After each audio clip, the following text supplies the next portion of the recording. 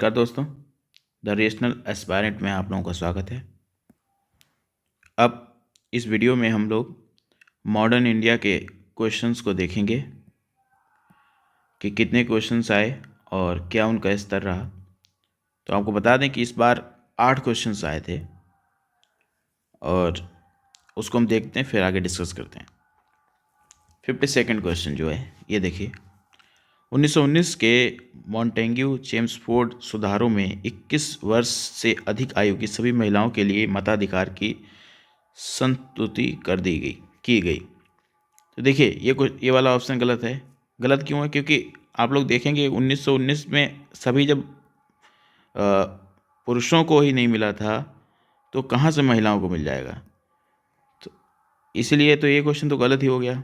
अब देखिए 1935 के गवर्नमेंट ऑफ इंडिया एक्ट में विधानमंडल में महिलाओं के लिए आरक्षित स्थानों का प्रावधान किया गया था। हाँ, तो सही है, ये वाला ऑप्शन सही है। इसको पढ़िएगा तो उसमें साफ साफ दिया हुआ है। अगला देखिए, भारतीय इतिहास में 8 अगस्त 1942 के संदर्भ में निम्नलिखित कथनों में से कौन सा सही है। ये भी अगर स्पेक्ट्रम पढ़ा है तब भी निकल जाएगा ये भी क्वेश्चन। इसका आंसर ये है, ऑल इंडिया कांग्रेस कमेटी द्वारा भारत छोड़ो प्रस्ताव पास किया गया था 1942 में 8 अगस्त को ही।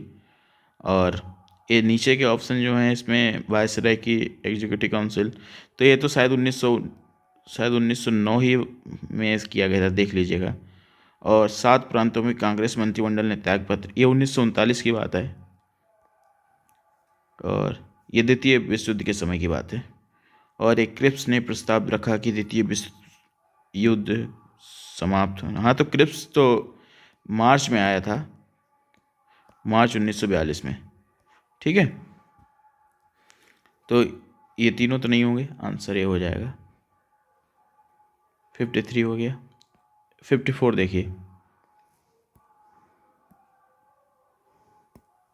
54 में है, इनमें से कौन अंग्रेजी में अनुदित प्राचीन भारतीय धार्मिक गीत काव्य सॉन्ग्स ऑफ प्रिजन से संबंध है।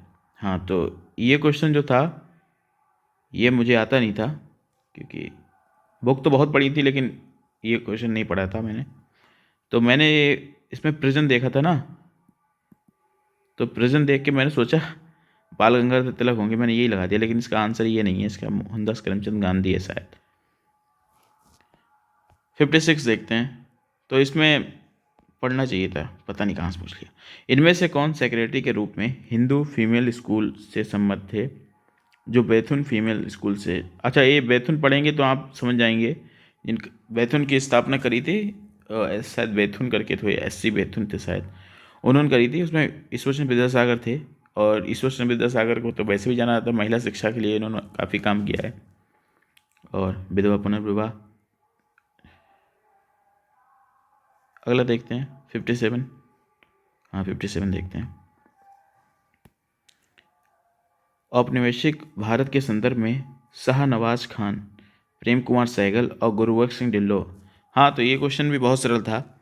1946 में जब हम लोग देखते हैं कि आज़ाद हिंद फौज की जो सेनानी थे जो गिरफ्तार हो गए थे, सैनिक बंदी, तो उनके ऊपर मुकदमा चलाया गया था, तो उसी संबंधित है। तो इसका आंसर डी हो जाएगा, ये डी। ठीक है,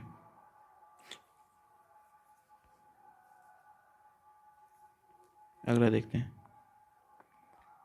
ये देखिए, भारतीय इतिहास के संदर्भ में निम्नलिखित कथनों में से कौन सा सही है। अब ये क्वेश्चन कुछ समझ नहीं आया था। हैदराबाद राज्य से आरकोट की निजामत का उदय हुआ।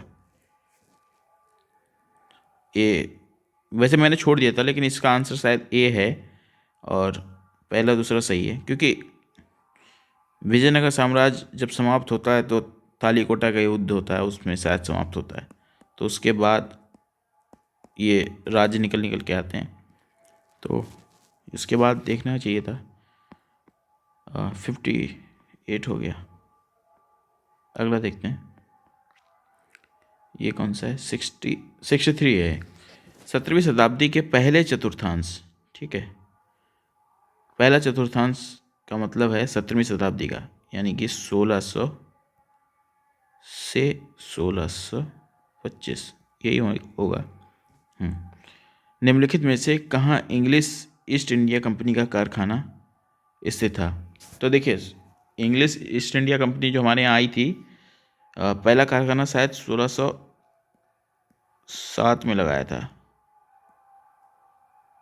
जहाँ तक है, वैसे मैंने ये क्वेश्चन छोड़ दिया था क्योंकि ये क्वेश्चन इसके ट्रेंड चला गया था। पहले ऐसे क्वेश्चन पूछे जाते थे, तो अभी जब इतने सालों से नहीं पूछे गए तो कोई पढ़ के नहीं गया था, और जब ये पूछ लिया गया वो भी इतना डिटेल में, तो छोड़ना ही पड़ गया। अगला देखते हैं। आंध्र प्रदेश में मदनपल्ली के संदर्भ में निम्नलिखित में से कौन सा सही है? तो इसका आंसर सी है, लेकिन बहुत लोगों ने इसमें पिंगाली वेंकैया लगाया था क्योंकि ये न्यूज़ में रह रहे थे, इन्होंने झंडे डिजाइन किया था, तो लोगों को लगा यही होगा, और ये भी एकदम अटपटा क्वेश्चन था। कौन सा है? 66। हाँ, तो ये लास्ट है। तो 8 क्वेश्चन आए हैं, और ये वाला क्वेश्चन देखिए एकदम अजीब सा था, और ये 63 वाला क्वेश्चन 2, ये भी अजीब था एकदम, और ये 58 वाला, ये 3 क्वेश्चन बहुत हार्ड थे। और इसके बाद अगर पढ़ा है तो 5 क्वेश्चन ये आराम से किए जा सकते थे। और तो यही है कि मॉडर्न इंडिया में अब लगातार क्वेश्चन घट रहे हैं, इसमें से 5 अगर आराम से किए जा सकते थे और 3 छोड़े भी जा सकते थे। और अभी मॉडर्न इंडिया को देखना भी होगा कि इसका पुराना ट्रेंड हो सकता है यूपीएससी दिखा रही है, अब वापस लाए, अगली बार पूछ ले कर्नाटक युद्ध के बारे में या उससे पूछ ले, तो उसको भी देखना होगा। और अगर उसका रिसोर्सेज की बात की जाए तो स्पेक्ट्रम मुझे लगता है अभी भी सबसे अच्छी है, स्पेक्ट्रम बुक को फॉलो किया जा सकता है। बस यही।